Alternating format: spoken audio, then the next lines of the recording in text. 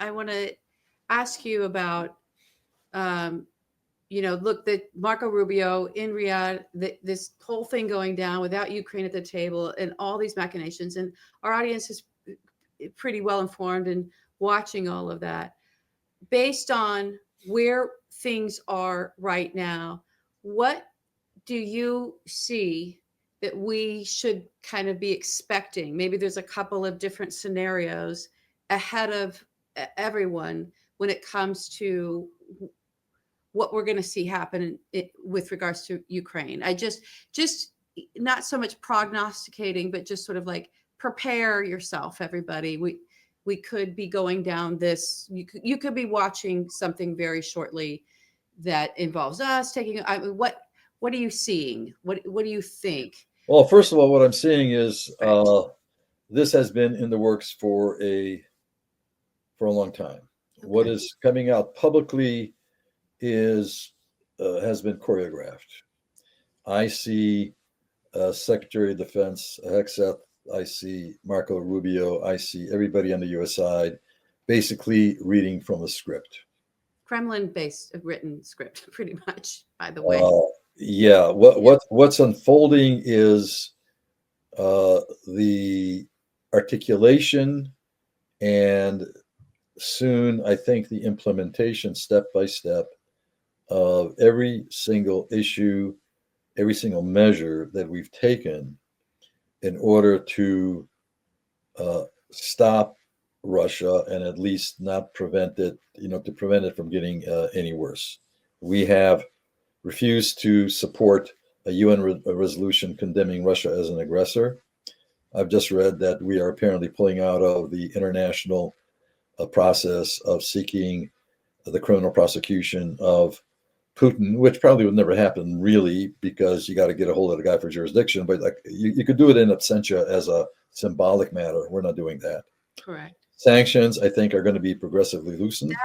That's the thing that Oh, that's right. yeah, absolutely, absolutely. That is a big thing. I mean, as incomplete, it took us 11 years, and we're still imposing. We were still imposing sanctions after 11 years, right? But at least we were doing it and slowly, but we were doing it.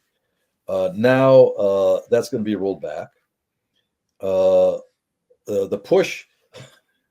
What's almost comical is Trump's push for elections in Ukraine. He has this obsession, Yeah. this focus to replace Zelensky. Well, why? Well, no, Zelensky does not have 4%. Yeah. Zelensky's polling is not 4%. It's over 50%, which is better than what Trump has. I think it's 57% polling for Zelensky in Ukraine. Trump has under 50.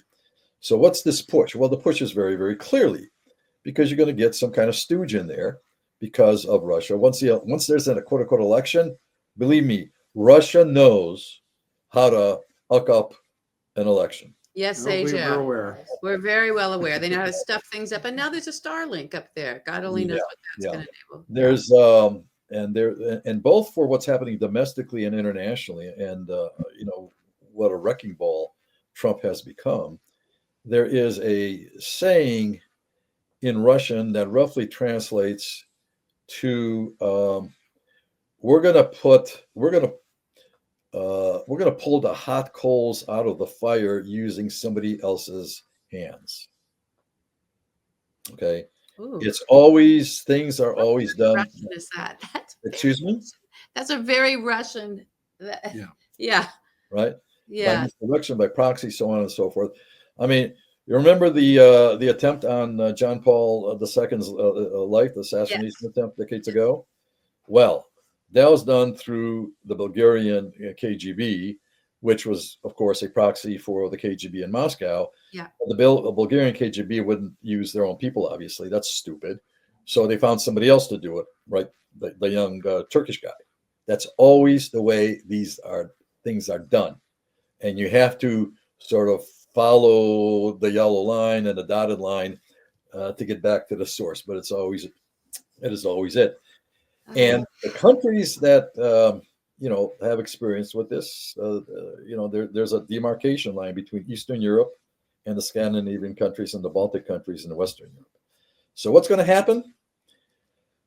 I don't see anything in anything positive happening.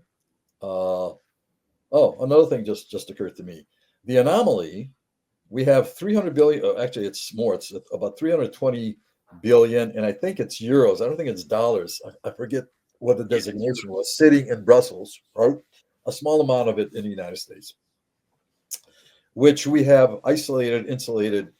Okay, we're using some interest on it for Ukraine.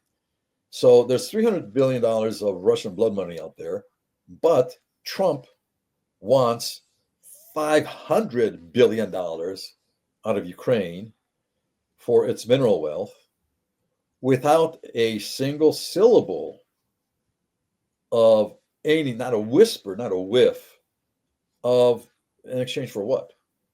No, I mean it's a shakedown. It's not a deal. It's There's nothing it's coming a from mafia shakedown. Yeah. there's nothing coming from there's nothing Putin's putting on the table at all. He's just sitting back and getting it all, and Trump is shaking down Ukraine and everywhere else he can. That was the show tune I forgot. I was going to be Trump is busting out all over. Oh, It's a bust busting out, out all right? over. It's a bust Now out. Bust out. Stephanie, here's the rebuttal to what you said. All right. And the rebuttal is, well, no. You don't understand. That is repayment for aid given now. Now, let's leave aside the Grand Canyon between the real amount of aid and the number that Trump is using, the 500 billion. Okay. The amount of aid allocated is also, it's only about 100 something billion, but the amount of aid actually received is far less than even the amount allocated. All right. So we're talking about an amount, let's say $100 billion, right? Well, when you value the nuclear arsenal, the implosion of the nuclear weapons and the entire nuclear industry in Ukraine, that alone is well over $1 trillion. Okay.